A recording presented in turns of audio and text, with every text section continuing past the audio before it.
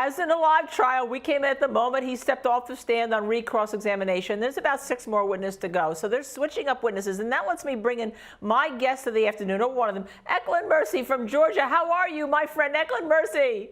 Wonderful. How are you, Linda? Good. Thanks for having me. You're so welcome to be here. Now, this detective was very interesting because he actually interviewed both of the two, shall we say, actually hit people, according to one of them. That is Curtis Wright, who has pleaded guilty already. And supposedly, according to Curtis Wright, Jimmy Rodgers also was interviewed. But let's put that aside for the moment. One of the issues on cross-examination the defense was getting at is that this was a brutal homicide with a hammer, indicating a crime of passion.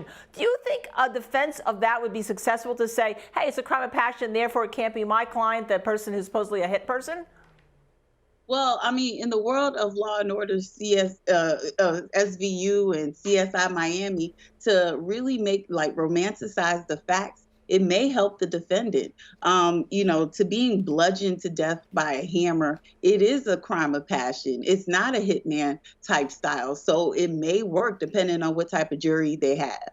But if you're seen at the Walmart and you're seen with the other person who's pleaded guilty, Jimmy Ray Rodgers is not pleaded guilty. That's who's on the stand that we just saw right now. But the other person is pleaded guilty, and you're buying different things like, you know, things to cover your body so that if blood spatters on you from the hammer, doesn't that seem to indicate that maybe you're trying to set up a story that it's a robbery gone bad?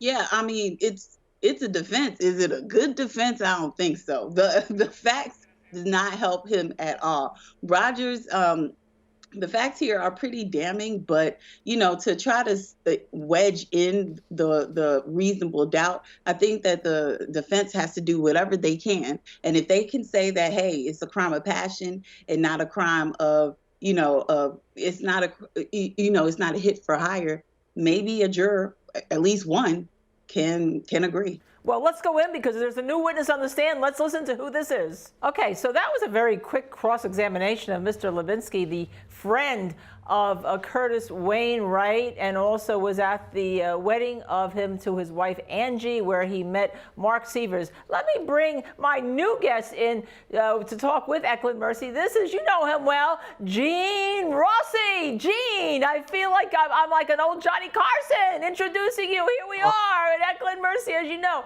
Now, I would have done cross a little bit different. Here, supposedly, the prosecution says this is where the murder was kind of planned initially. This is where Mark Sievers approached his friend Curtis Wayne Wright, who was saying, I love you, Angie, I'm going to be with you for life, to kill Mark Sievers' wife, Teresa. What would you have done differently? I know what I would have done, but what would you have done differently? Gene, let's start with you. Well, I mean, motive is always the most crucial part of a case. And I would have gone into their relationship between Mark and Curtis. And also, why does Mark want to get rid of his wife? That would be something I would drill down on cross-examination and you know, try to get out that key point. Ecleynne Mercy, how about asking this guy, hey, it was a happy weekend, right? It was in April 30th to May 2nd, just before the, I think it was the June that Teresa Sievers was killed. How about happy, happy, happy? Did you see anybody unhappy? Did you see anyone scowling? Did you hear any overhear anybody? What about asking those questions, Ecleynne Mercy? Absolutely. And was he dancing? Was he happy about being married? You know, one of the questions was he has tools. So you can dig into, like, was he a handyman? How much, you know, how often did he use tools, you know, to show that to sell, you know, things from Walmart, because he has the affinity for making things on his own and not for bludgeoning women with a hammer 17 times. So there was a lot of opportunities I think the defense missed here. Yeah, except for the one the prosecution may have missed is like, what do you mean? He lost his tools all the time and he had to buy new ones? Maybe there was a hammer hanging out. But anyhow, in the meantime, let's listen to a real sad part of what occurred earlier in the trial. That is the person, Dr. Petrite, who worked with Teresa Sievers, who found her body at the request of her husband, Mark Sievers, to go do a welfare check. Let's listen to his tragic testimony.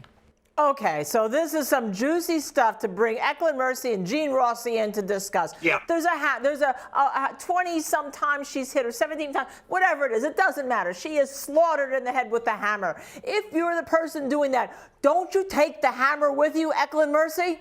Yeah, but yes, if you're an experienced person or if you had some type of sense, it seems that it's probably like a crime of passion and fear kicked in, or like a panic probably ensued.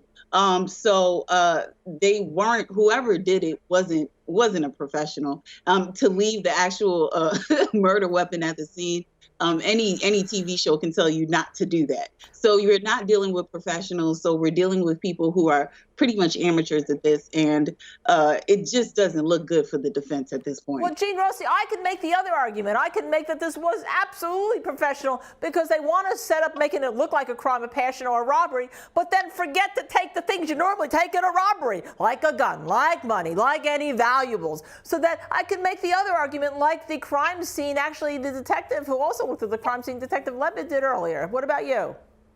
Well, I agree with my co-counsel who just made that comment, but you are right. If you are going to hire a hitman, and that's the allegation here, they are going to be copacetic. They're going to wear gloves. They're not going to leave any blood. They're going to kind of know what they're going to do, and they're going to have a lot of force and strength. And you're right. Maybe they did leave that hammer on purpose to give the impression that it could have been a random crime. It could have been just a crime of passion or anger, and it wasn't premeditated. You could make both arguments. And you can make both arguments, and we're going to see how the prosecution continues to tie together with pointing to her husband, Mark Sievers. But right now, the Law&Crime Network must take one of those very quick breaks. Stay with us. We will be right back.